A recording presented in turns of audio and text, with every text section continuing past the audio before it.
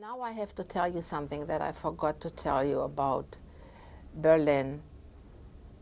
I had to make money, and one of the places that I made money was a restaurant as a waitress. And it happened that the restaurant was located across the street from the concentration camp Sachsenhausen. And there was an old waiter who had an eye on me and didn't bother me a bit because I've told him to leave his hands off me. But also before, a couple of years before, there was like sort of a finishing school, and it was only for Jewish people, and my sister and I had attended the school. And although they were mostly or only Jewish people, there was a lady who washed the dishes, and I never thought of her anymore.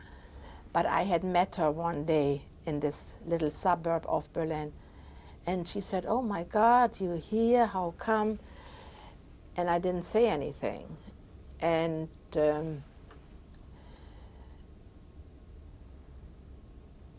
she must have said something, because the waiter came and he said, "I know you are Jewish, so you have your choice. Either I bring you to Sachsenhausen or you come and have sex with me." So that was the lesser of the two evils, except that I didn't think that in addition he would make me pregnant, which he did. And that presented a tremendous problem, because I could not go to any doctor, I could not go to any hospital. I just did, and if I gave birth someplace, that would have meant certain death.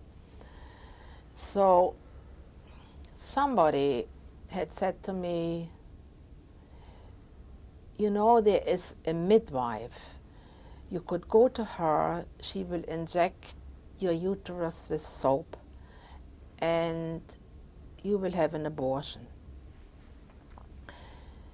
So, as I always said, you know, one of the facts that's helped us go through this terrible time was that you were young and you had hopes and you didn't really know all the consequences, and you thought, if this is over, anything will be heaven. No matter who comes to liberate you, they will be only too happy, and they will hug you and make up for all the horrible things that we did.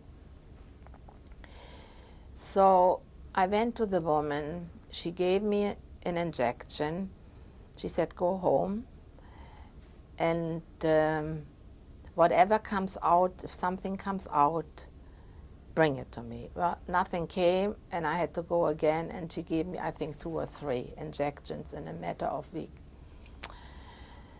So at that time, we had absolutely no place to stay. So I had a friend whose parents were of mixed marriage, and I asked him, they were on a trip, if I could stay in his apartment for one night, because before this, I finally something did come out, and I was so relieved, and I sent my sister to the woman, and she said, "But that's not all, the afterbirth is still in." So I knew that I couldn't go far. So I asked him that I had such stomach cramps, and could I just stay one night, and he said, "Yeah, okay, one night." And all of a sudden, I had terrible pains, and I started to hemorrhage. And I kept going to the bathroom, and my biggest worry was I slept in his parents' bedroom, that I don't dirty anything. And after going back and forth to the bathroom, I said, "I'm going to wake somebody up, either him or the maid." So I saw an old pail standing there. I took that pail, I sat on that pail, and the blood was just running out. to the degree that I couldn't think logically anymore. And I called the hospital, and they said, we cannot admit you, you have to go to a doctor first. And just at that point, I had one more terrific pain, and the afterbirth came out. And it stopped bleeding more or less. And the next morning, the fellow said to me, boy, you must have had a real upset stomach. And I got dressed, and I got out, and I never went to the doctor until the war was over.